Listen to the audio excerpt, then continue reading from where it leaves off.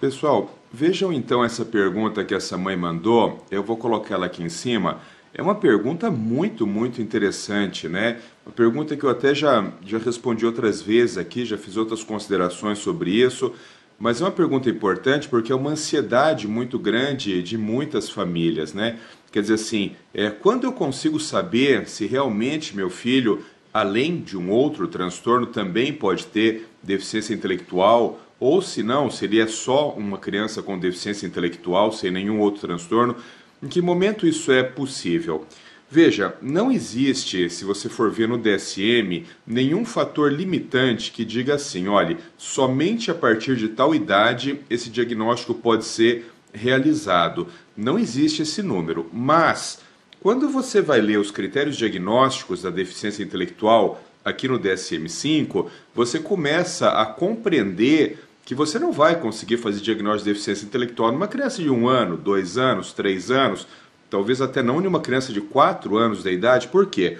Porque quando você vai ler os critérios diagnósticos para fechar a deficiência intelectual, o transtorno do desenvolvimento intelectual, que está aqui na página 33 do DSM-5, o primeiro critério diagnóstico, ele já é um diagnóstico que ele sugere uma idade mínima, porque ele diz assim, ó, para você fazer o diagnóstico, né? Então, critério A. O critério A é o primeiro que tem que ser preenchido. Se você não preencher o critério A, você nem consegue ir para os outros, tá? Então, critério A refere-se a funções intelectuais que envolvem raciocínio, solução de problemas, planejamento, pensamento abstrato, juízo, aprendizagem pela educação escolar e aprendizagem por experiência própria e compreensões práticas.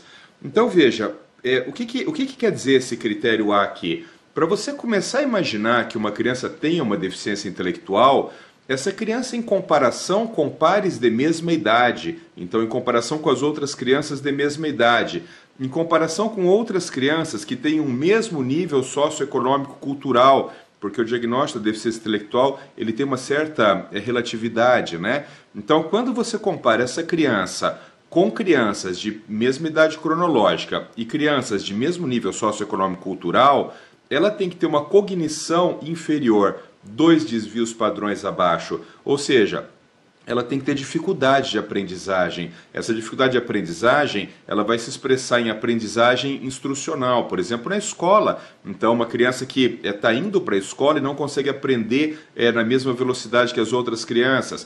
Ou uma criança que, para as atividades de vida diária, então, ela tem dificuldade para aprender a pôr roupa, para aprender a tirar a roupa, para aprender a escovar os dentes, para aprender a tomar o banho. Ela tem dificuldade, agora que ela aprendeu a pôr roupa, a entender que a roupa tem uma posição correta. Você não pode colocar uma cueca de qualquer jeito, porque ela pode vir ao contrário. Então, para você pensar em deficiência intelectual, quando você compara essa criança com as outras, esses quesitos que são aprendidos, que não são reflexos do próprio indivíduo, eles têm que estar muito diminuídos. Você entende que numa criança de 2, 3 anos de idade, é muito difícil você fazer essa avaliação. Por quê? Porque tem bebês de inteligência normal com 3 anos que não sabem pôr e tirar roupa. Tem crianças de 4 anos que não sabem. Tem crianças neurotípicas de 3, 4 anos que não foram desfraldadas ainda por outras questões. Então, embora não haja esse número, né, não há, dizendo assim, somente a partir de tal idade você pode fechar o diagnóstico de deficiência intelectual. Eu vou dizer como eu faço. Eu gosto de esperar a criança passar de 5, 6 anos da idade, que é quando você consegue, através de uma avaliação neuropsicológica, a aplicação de testagens mais poderosas, estatisticamente mais poderosas. Você consegue dar com um grau de certeza muito maior para a família o diagnóstico de deficiência intelectual. Então eu, na minha prática clínica, eu gosto de esperar que a criança passe de 5, 6 anos de idade para daí então aplicar uma bateria de testes neuropsicológicos e fechar o diagnóstico de DI.